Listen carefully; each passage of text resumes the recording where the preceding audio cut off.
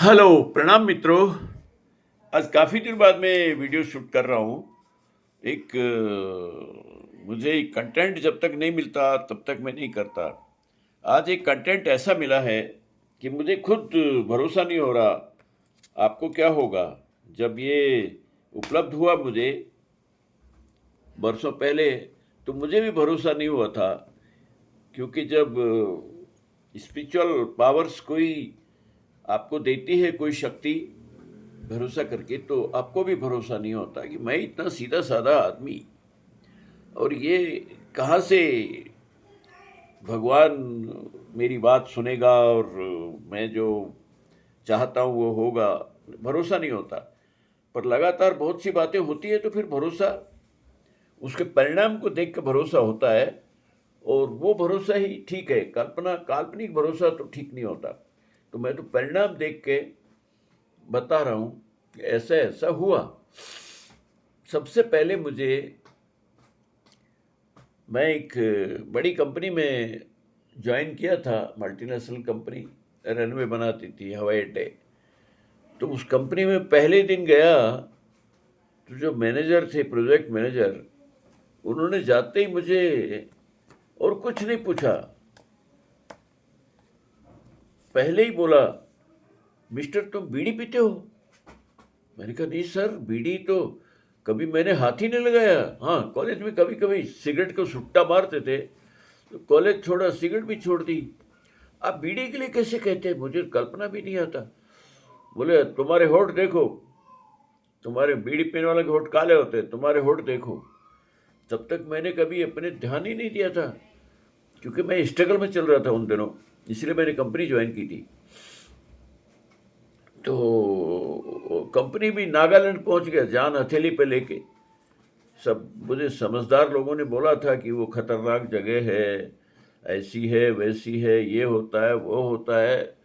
मैंने कहा भाई अब तो ये स्ट्रगल है, इसमें तो कुछ खतरा वतरा दिखता नहीं है। चला गया। मैंने गया तो मैनेजर ने तो जाते ही मुझे, मेरी तो आंखों में आंसू आ गए। अरे यार, ये बोल क्या रहे हैं? बीड़ी पीने वाला तो एकदम मजदूर टाइप आदमी होता है, मैं इतना पढ़ा लिखा काहे को बीड़ी पीऊंगा? तो फिर मैंने प्रार्थना की। सुबह सुबह रोज भगवान से प्रार्थना करता था उठते ही, क्योंकि जब स्ट्रगल होता है ना, जान आफत में आती है, तो भगवान की याद आती है। ऐसे तो नहीं आती, मुझे भी नहीं आती थी। भगवान को तो ऐसा रहता है कि देखेंगे, अभी तो आनंद में जियो। लेकिन मेरा तो कहाँ आनंद, मैं तो स्ट्रगल में फंसा हुआ था बुरी तरह। तो रोज भगवान को प्रार्थना करता था। तो वहां जाकर अगले दिन ये प्रार्थना की कि हे भगवान। फिर बाद में मैंने अपना वो होठ सब देखा, तो देखा होठ काले। अभी तो मेरे होठ कलर बदलने से पिंक पिंक हो गए हैं, जैसे लिपस्टिक लगा रखे हो ऐसे हो गए हैं। लेकिन पहले काले थे। मैंने कहा, तो मुझे भी बहुत बुरा लगा कि ये क्या हो गया। मैं चलो ठीक है, भगवान से प्रार्थना की कि हे भगवान ये क्या कर रहे हो? ये तो मैंने ऐसी ज़िंदगी तो मैंने सोचा ही नहीं था। पहले ही दिन प्रोजेक्ट मैनेजर मुझे ऐसा बोल रहा है। बोलने की बात नहीं थी, लेकिन प्रोजेक्ट मैनेजर को बाद में मुझे पता चला कि मैं ज़्यादा पढ़ा लिखा, वो कम पढ़ा लिखा। और हेल्थ हाइट में भी मैं उससे ज़्यादा था, ठीक था, 6 फीट का। और जाति भी बड़ी देखी जाती थी पहले तो, दबंग यादव। तो नागालैंड में ऐसे लोग ज़्यादा चलते हैं, खतरों में, खतरों के खिलाड़ी।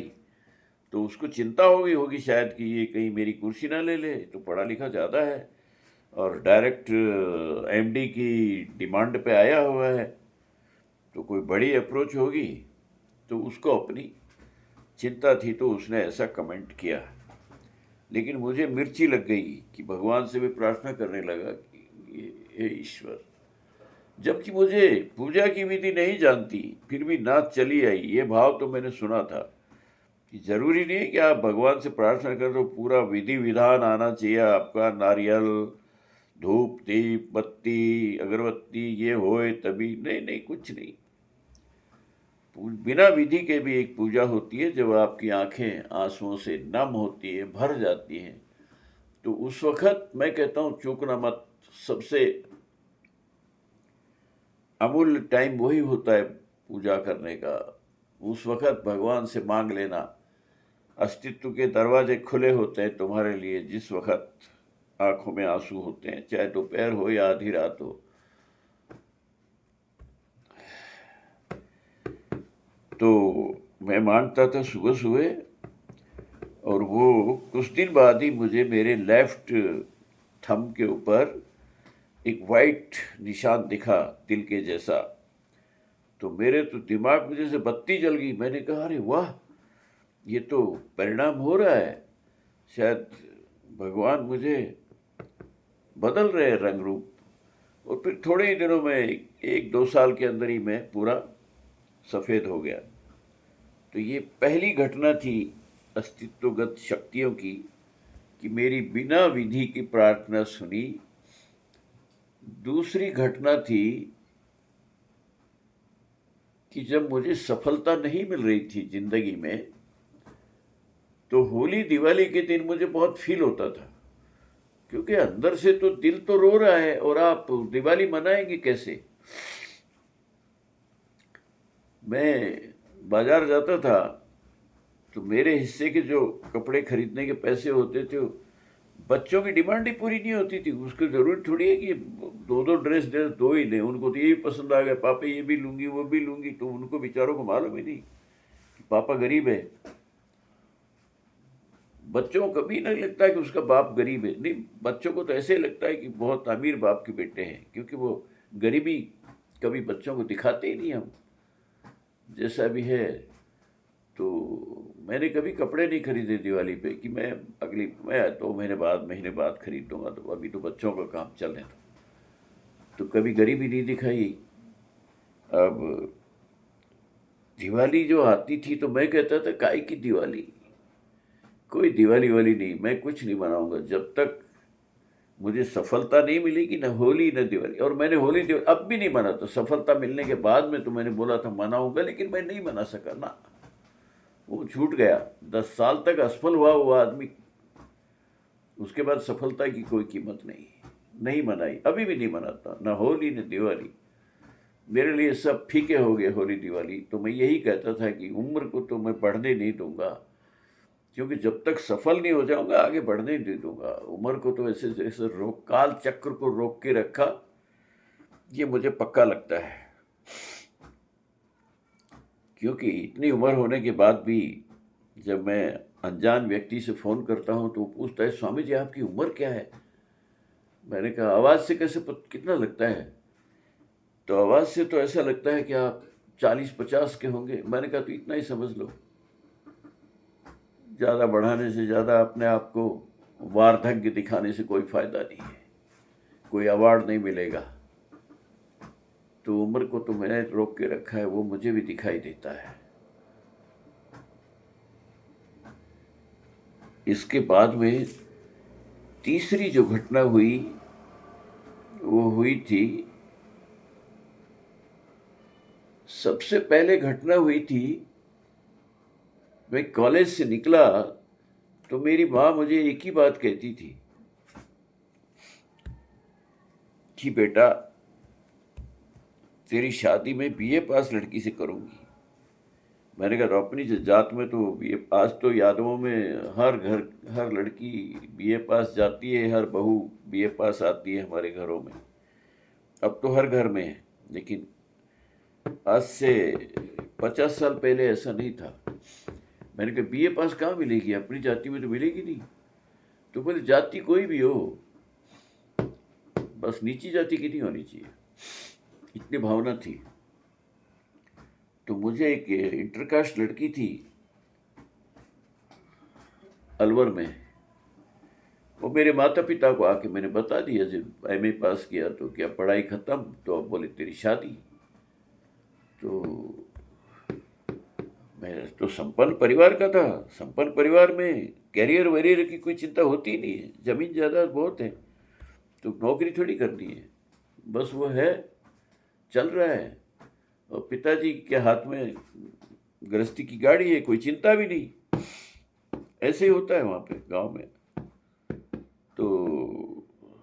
बोली शादी का, ठीक है करो। और पिताजी को बताया कि ऐसे ऐसे जाके देख के आओ लड़की आपको। तो मैंने मेरे घर में बोला था कोई मैं मजनूगिरी नहीं करूँगा, आपको पसंद आए तो ठीक है, नहीं तो नहीं। तो वो मेरे पिताजी जाके देख के आए और उनको पसंद आ गई तो स्वीकृत हो गया। अब 8-10 दिन बाद हम बोले कि बेटा वो तो नहीं हो सकता। तो अब वो लड़की को मैं जानता था कि वो गरीब घर की लड़की है और ये वादा खिलाफी होगी तो वो मर जाएगी बेचारी। ऐसा भाव आया कि मुझे वो मरती हुई दिख गई, आंखों में आंसू आ गए कि अरे वो तो मर जाएगी। अच्छा, मेरा कोई प्यार व्यार था नहीं, बस पहली मुलाकात में ही मैंने यही बोला था उसको कि देख भाई, हम ये लव स्टोरी हम जानते नहीं, गांव के हैं, हम ऐसे परिवार से हैं, यहाँ नहीं चलेगा। मैं मेरे शादी करनी है तो बोल, मेरे माता पिता को बोलूँगा, उनकी समझ में आएगा तो ठीक है, नहीं तो मैं हम ये लव स्टोरी अपने बस का नहीं है। तो माता पिता ने, माँ तो साथ में आई, पिता ने आके देख लिया और वो पास कर दी। अब 10 दिन बाद में बोलती है कि नहीं भाई, मेरे तो बेटा, मेरे जो यार दोस्त हैं, गांव के लोग हैं, वो सब मना करते हैं कि नहीं इंटरकास्ट नहीं चलेगा, तुम्हारी इज्जत है, हुक्का पानी बंद कर देंगे लोग और ब्याज पे पैसा देते हो, धंधा भी बंद होगा। तो मेरे पिता ने कहा कि ये तो नहीं चलेगा। मैंने कहा मैं तो वादा किया, मैं वादा नहीं तोड़ूंगा। तो बोले वादा नहीं तोड़ेगा तो घर छोड़ना पड़ेगा।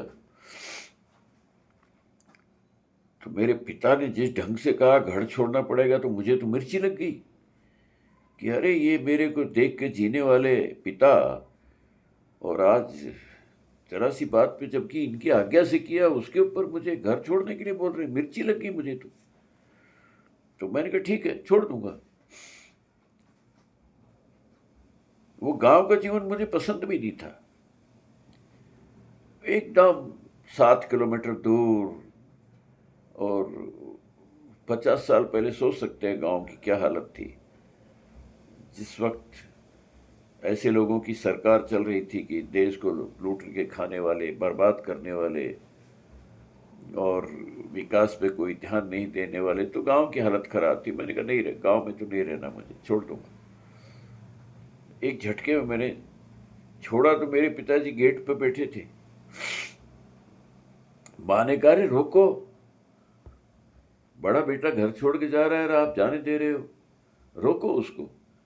तो बोले कहाँ जाएगा। पिताजी को इतना मालूम, इतना भरोसा था मेरे ऊपर कि इतना नाजुक है कि ये जा ही नहीं सकता कहीं, ये इसके अंदर इतनी शक्ति नहीं है, इतनी हिम्मत नहीं है कि घर छोड़ के चला जाएगा, इतना बड़ा घर, जमीन जायदाद वाला। लेकिन मुझे तो मिर्ची लग गई। मुझे उस लड़की का प्यार ने नहीं खींचा, मुझे मिर्ची लग गई पिता की बातों से। और पिता को ये था कि ये 3-4 दिन में आ जाएगा। जाते जाते बोले थे एक बात सुन, तू कोई ना पैसा लेके जा भाग रहा है, ना जेवर लेके भाग रहा है, 2-4 दिन में घूम के आ जाना। मेरे पिता को पक्का भरोसा था कि ये इतना नाजुक लड़का, ये कहाँ, ये स्ट्रगल की आग में कहाँ से जाएगा, 2-4 दिन में घूम फिर के। मेरे पिता ने माँ को कहा कि 2-4 दिन में चिंता मत कर, चपड़की लगेगी ना, अप्रैल का महीना था, धूप, तीखी धूप थी, तो आ जाएगा, चिंता मत कर। ये कोई कड़का करके नहीं भाग रहा है, मतलब कोई चोरी डाका करके नहीं जा रहा है, आ जाना बेटा। ऐसे करके मेरे पिता को पक्का भरोसा था कि 100% आएगा। 1% भी उनको ऐसा नहीं था कि ये लड़का घर छोड़ देगा। लेकिन मुझे मिर्ची लग गई। शायद अस्तित्वगत शक्तियाँ कुछ काम करा रही थी, सत्य के लिए लड़ने की मुझे हिम्मत ऐसी दे रही थी कि मैं सत्य के लिए घर छोड़ा। माँ बाप, भाई बहन, करोड़ों की प्रॉपर्टी, वो एक झटके में छूट गया। मुझे ऐसा भी नहीं लगा कि मैं कोई त्याग कर रहा हूँ, कोई बड़ा काम कर रहा हूँ ना, छूट गया। और उसके बाद 10 साल तक जो स्ट्रगल किया, मेरी नानी की याद ताज़ा हो गई। इसके बाद में चौथी जो घटना होती है वो होती है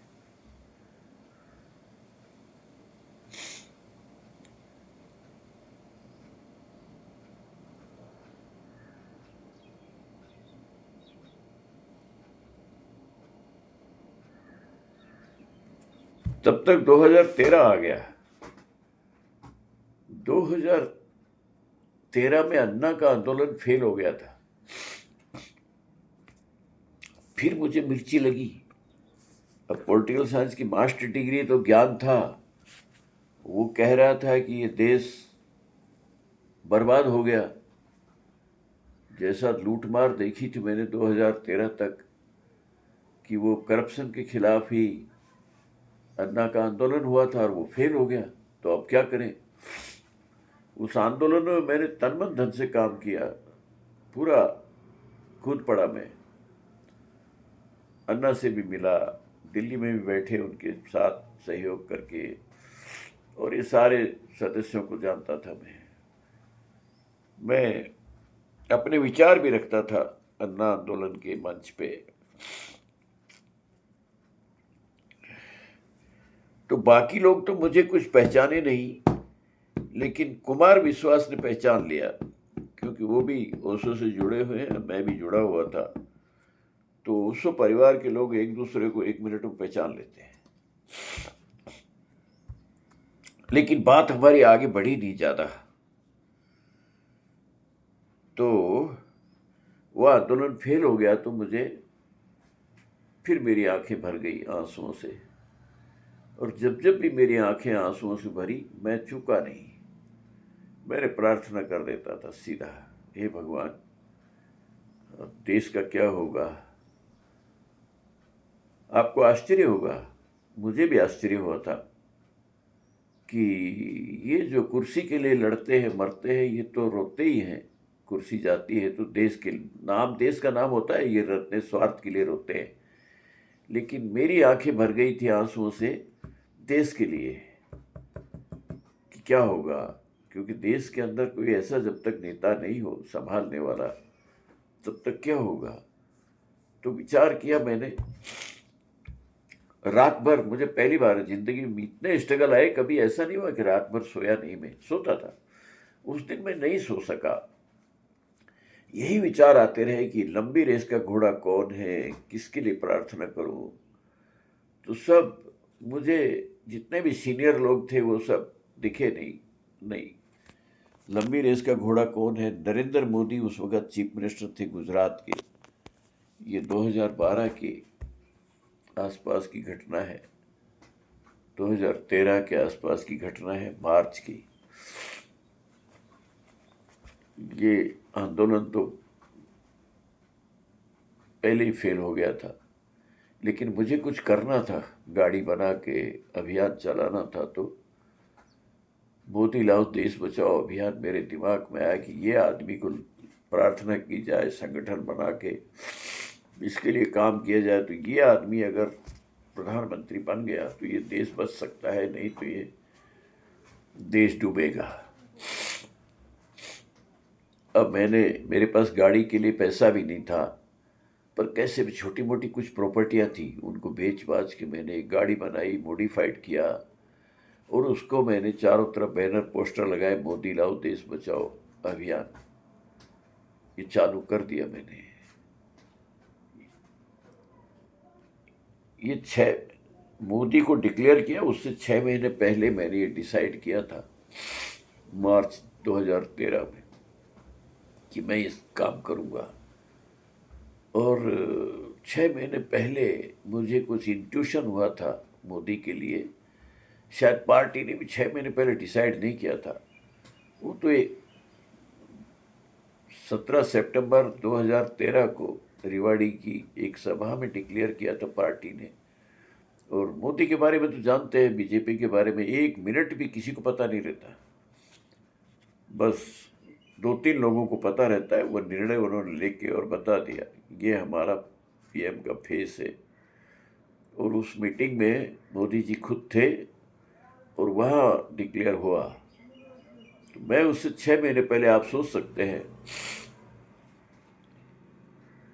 4 सितंबर 2013 को, मोदी को 17 सितंबर को डिक्लेयर किया था, उससे कोई 15 दिन पहले गाड़ी मैंने उतार दी थी। उसकी फ़ोटो है मेरे पास में, मेरे हैंडी कैम में फ़ोटो होती थी, डेट होती थी, वो फ़ोटो में डेट है 4 सितंबर, और वो बाकायदा उतारी थी अभियान के साथ में, बहुत से लोगों के सामने साथ में।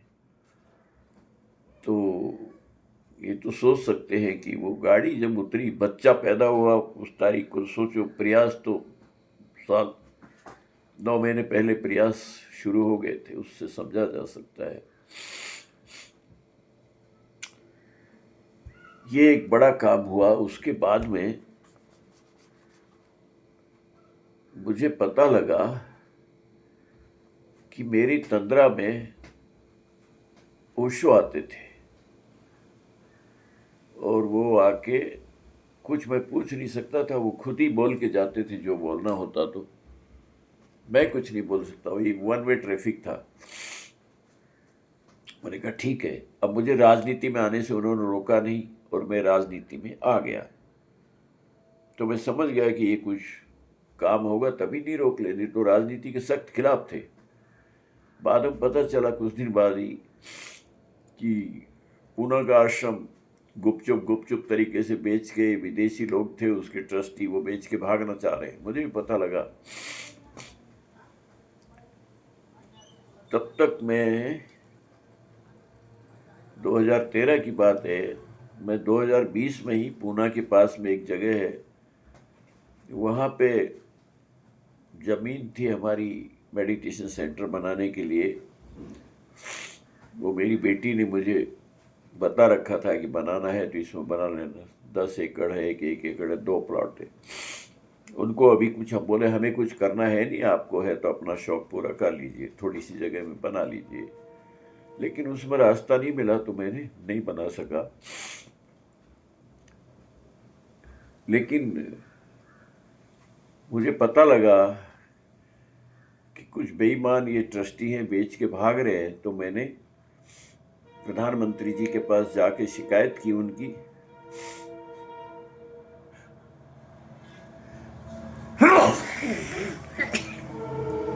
डॉक्यूमेंट्स दिए, कुछ फैक्ट्स थे कि गड़बड़ घोटाले की, और उन्होंने देखा, समझ में आया। तो उन्होंने तत्कालीन चीफ मिनिस्टर थे 2013 में, शिंदे को फ़ोन करके इंटरफेयर किया और मैंने पुलिस में कंप्लेंट किया।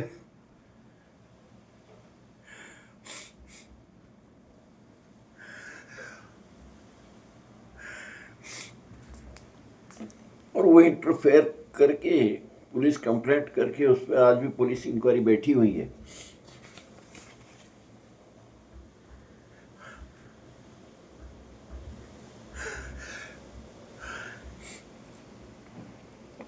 तो जो केस चल रहा था वो चैरिटी कमिश्नर के यहाँ केस चल रहा था, फिर सुप्रीम कोर्ट गया।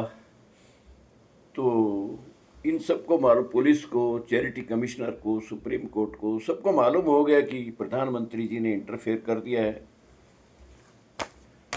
तो जो भ्रष्टाचार चल रहा था, बहुत पैसा खिलाते हैं ये, इनके पास बहुत पैसा है, ट्रस्टीज के पास, ओशो आश्रम चलाने वाले के पास बहुत पैसा है। ये पैसा खिला के, और जो विरोध करने वाले थे सबको डरा देते थे।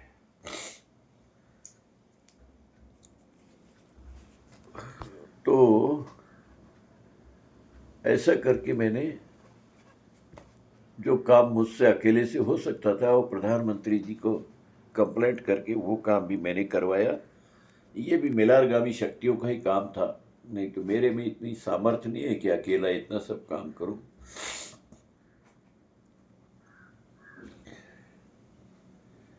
तो ये कुछ काम ऐसे हुए हैं हाँ, एक बार मेरी बेटी फ्रांस से जब भी आती है, फ्रांस में रहती है वो, जब भी आती है तो मेरे लिए गिफ्ट लेके आती है, और मैं लोनावाला में रहता हूँ, मुझे फ़ोन करती है, पापा आ गए, आओ मिलने के लिए आ जाओ, तो मैं जाता था।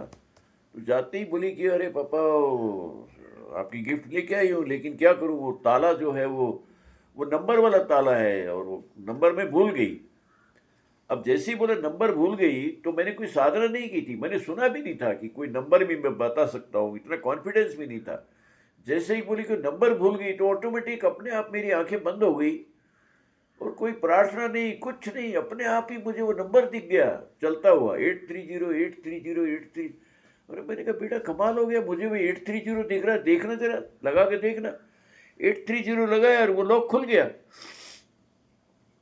उस दिन मुझे पता लगा कि ये अस्तित्वगत शक्तियां बिना प्रार्थना के भी, बिना विधि के भी काम करती हैं, लेकिन आपकी प्यास होनी चाहिए, ऐसी जबरदस्त प्यास कि बस अब तो 1 मिनट में पानी नहीं मिला तो बस जान निकल जाएगी, ऐसी प्यास होगी तो शक्तियां आपका 100% आपका साथ देंगी। तो ये करीब ये 6 कारण ऐसे हुए, 6 घटनाएं ऐसी हुई जिससे बिना साधना के, बिना प्रार्थना के बड़े बड़े काम हो गए, किए नहीं, हो गए। और हाँ, ये ज़रूर है कि आंखें मेरी भर जाती थी आंसुओं से। ये मुझे मालूम हुआ कि ये परिणाम आंखों की आंसुओं की एक अदृश्य प्रार्थना से ये परिणाम आता है। Okay, bye.